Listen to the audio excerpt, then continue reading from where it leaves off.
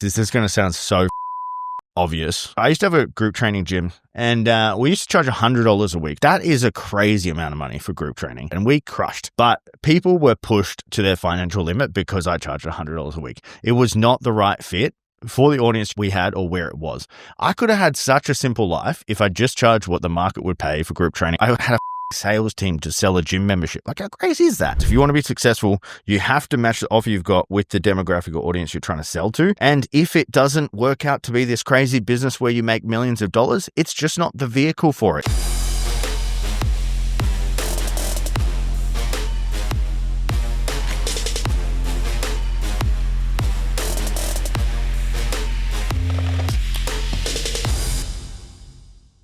Welcome to the Success School podcast. We're on episode 114. And today we have a Q&A episode. So we're going to be covering a bunch of topics, lots of AI, lots of startup advice, lots of branding. Seems like a theme lately. I'll kick off with my personal update. So I felt like I've been in a new relationship lately. And I haven't brought this to Steph. But this new relationship is with a gym.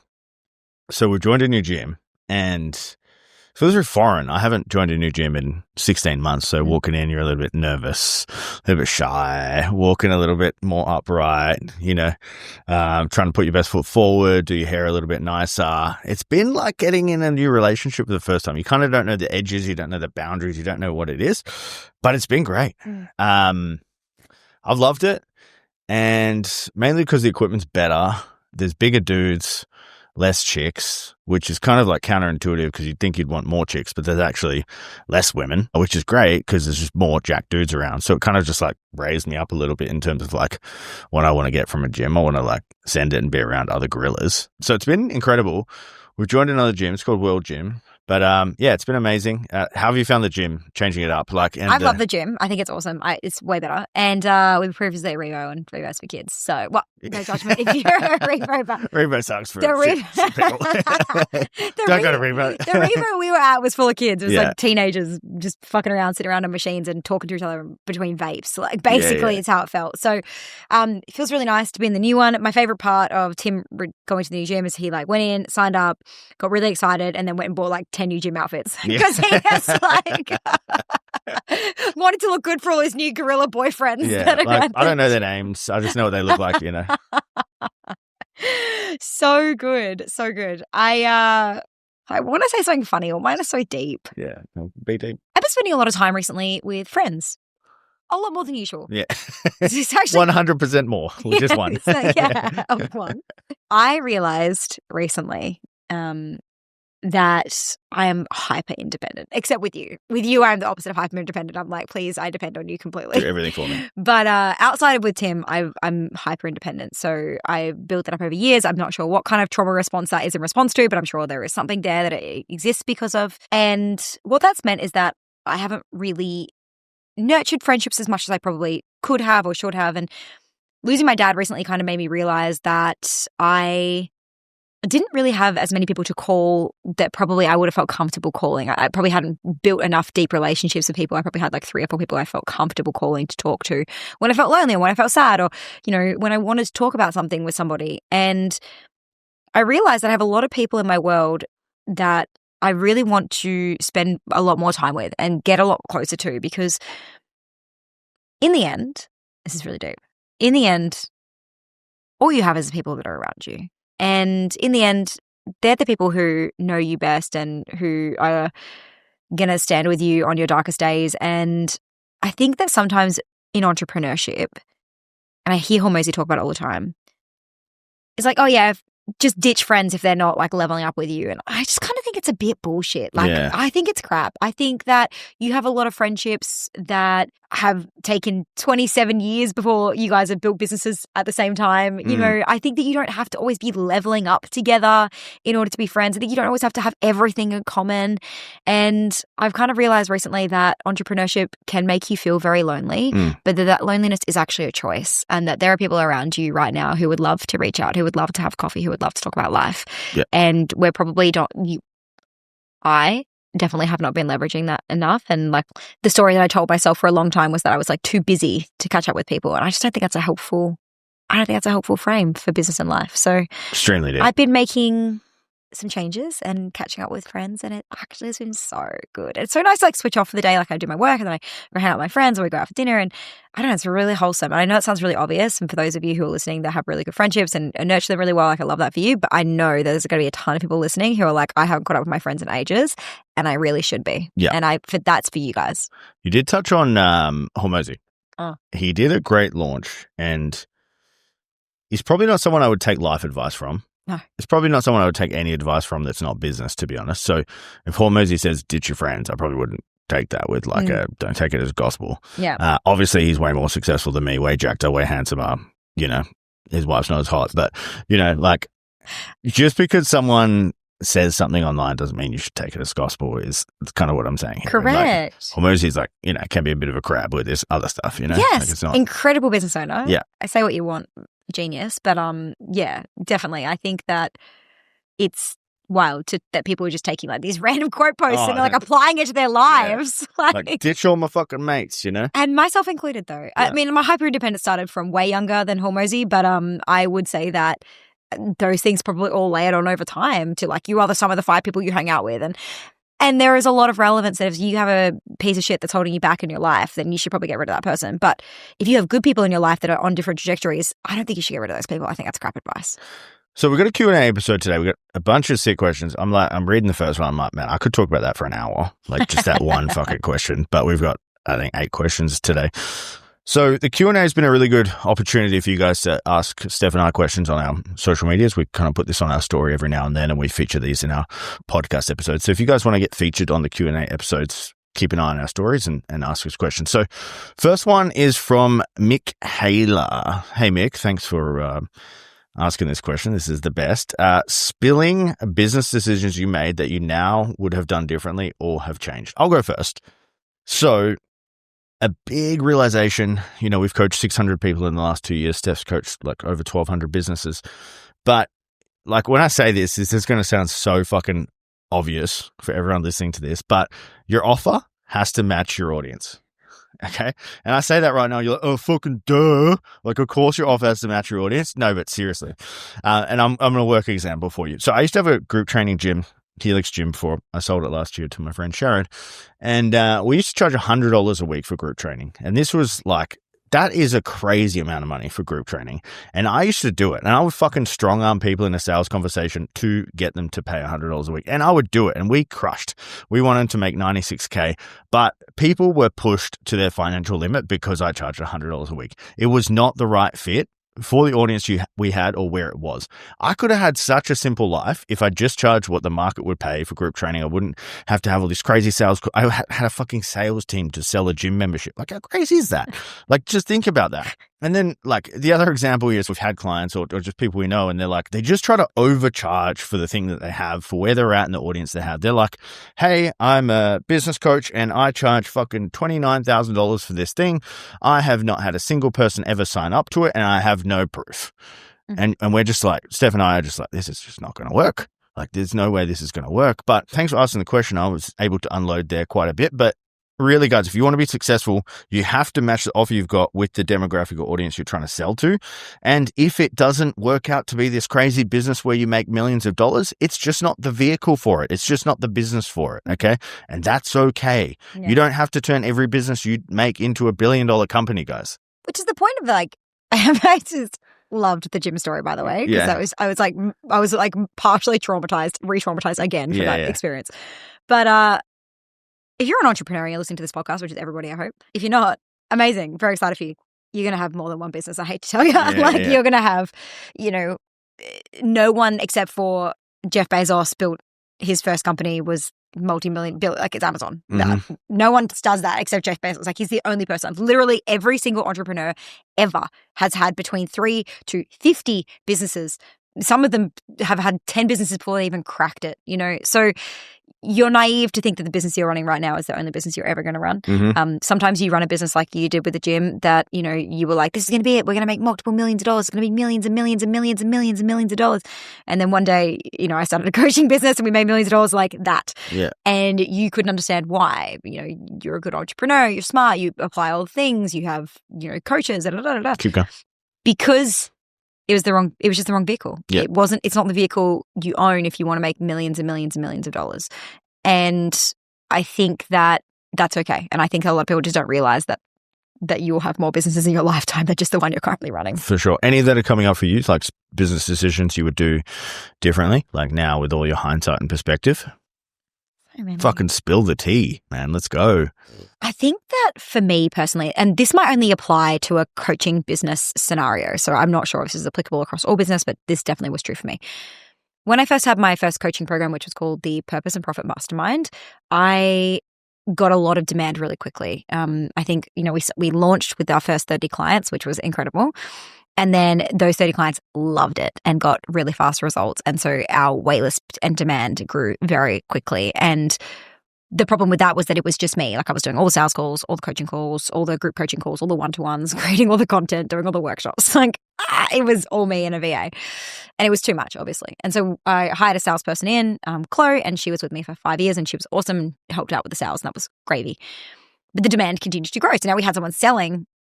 So the demand was growing even more. So we had we grew even faster because more people could get access because my calendar wasn't limited. And so all of a sudden I found myself with like 110 clients. I think actually it was probably around 75 clients when I hit a wall personally where I was like, oh, holy shit, like I actually can't deliver anymore at this level. Mm-hmm. So I'm going to have to hire a coach. I was so responsive to the demand and scarce probably that I was going to lose it all, or that they were going to go somewhere else, or that, I couldn't possibly take a step back to put something solid in place. So I'm just going to bring in these people who aren't probably good enough, but I need bodies on the floor. And so I'm just going to trust that I can train them and figure that out. But I was pretty certain pretty early on that some of them were not where they needed to be to help our clients get results.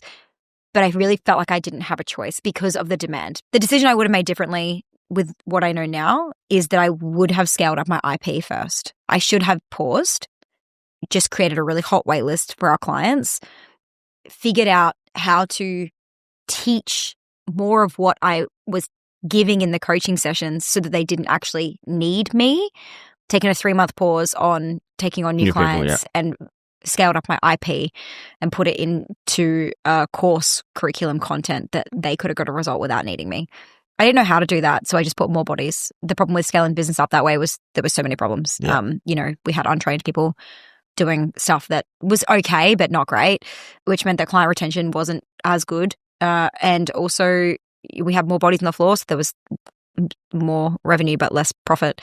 And it ended up just being something that we ended up shutting down. So it's crazy. We've always had like crazy demand on these type of things, and we've always done that. Like even when we built Successful 1.0, like we're on 5.0 at the moment.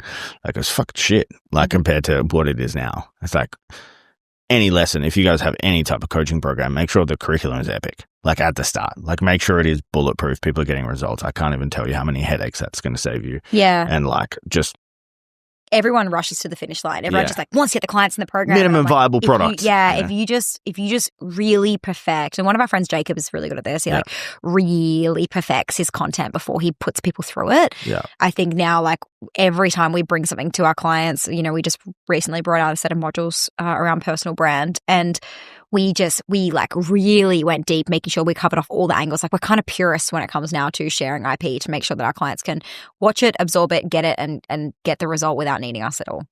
So next question from Caleb_R. Is it better to build a personal brand or a business brand first? Which would you do?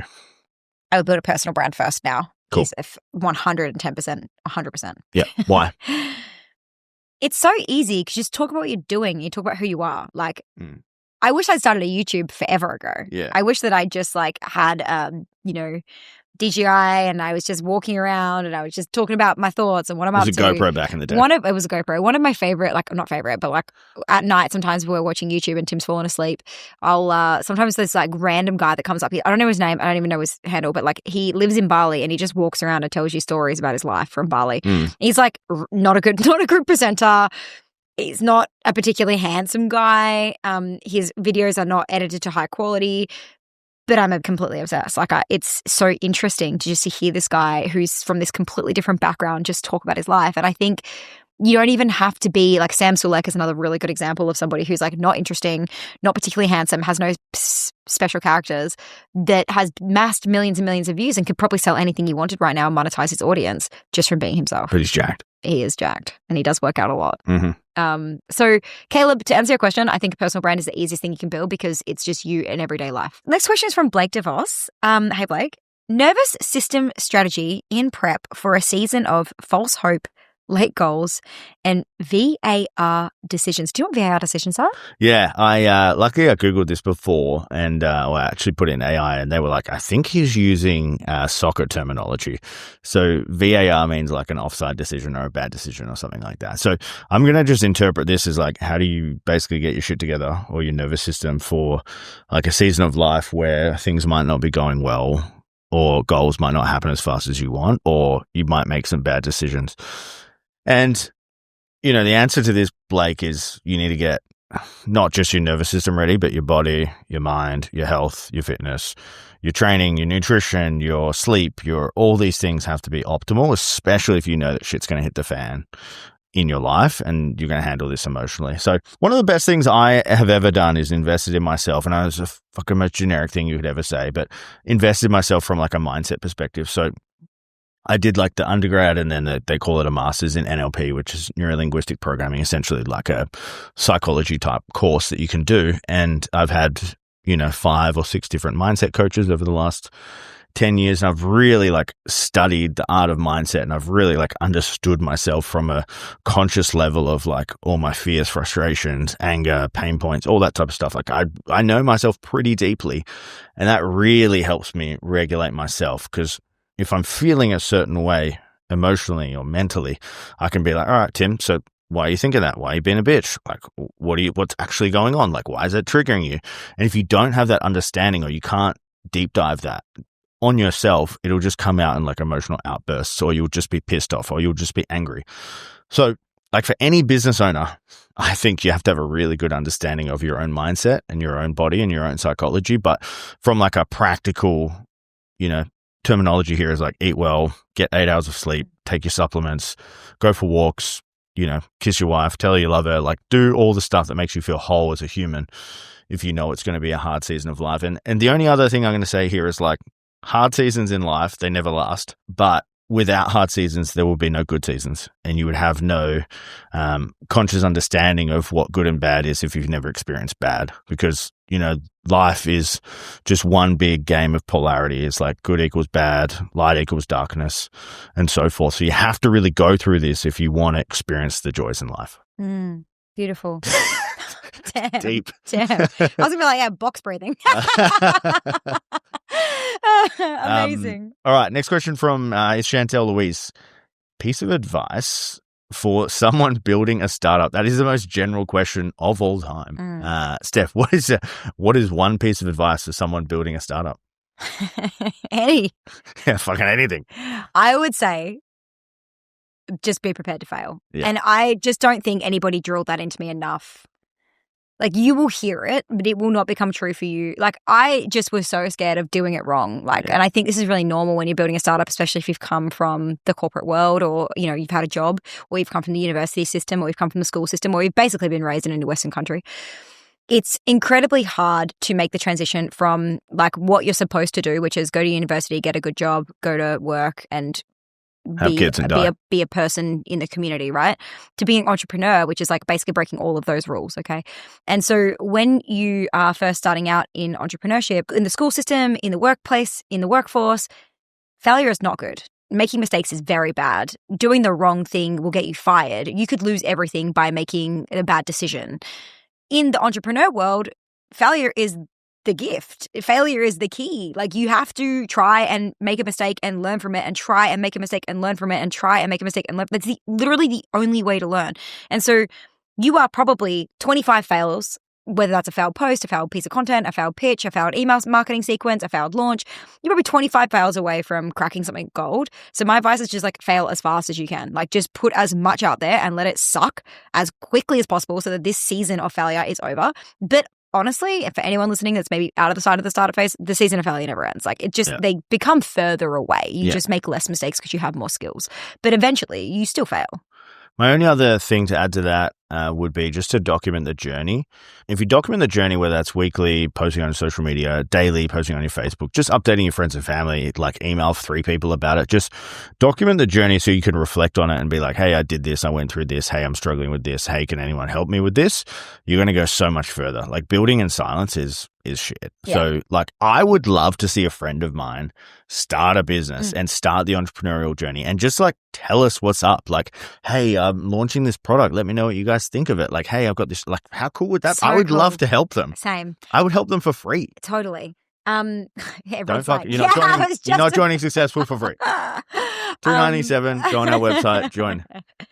I would say on that as well. Some of my favorite like content creators are the ones that are like, told my mum that I was going to be a content creator, make millions of dollars. It's day 14, currently at 200 followers. Like, and it's funny and it's interesting and eventually they go viral. And that doesn't necessarily mean they can monetize anything, but like, I love the build with me content. I think it's so interesting. I think it's so humbling. Yeah.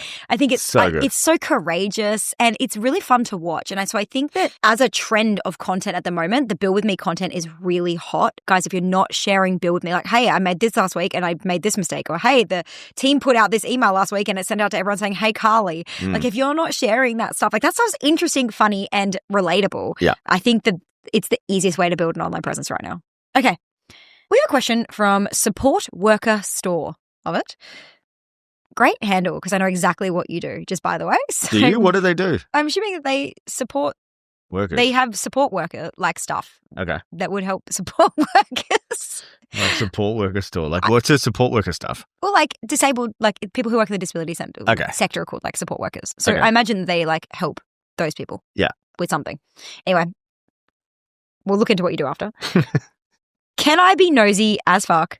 How many leads do you actually get from YouTube? Oh, love it. Great question. I actually don't know. And I will tell you why right now.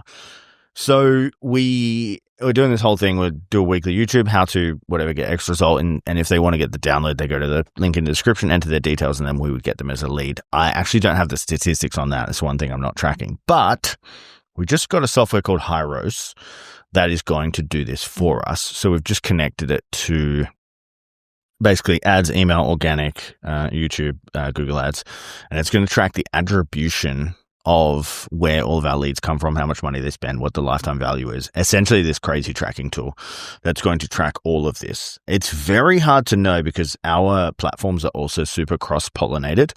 So people come from Instagram, go to YouTube, they go to our podcast, they, jump on our email list, and then someone starts on our email list and ends up on our social media and their DMs.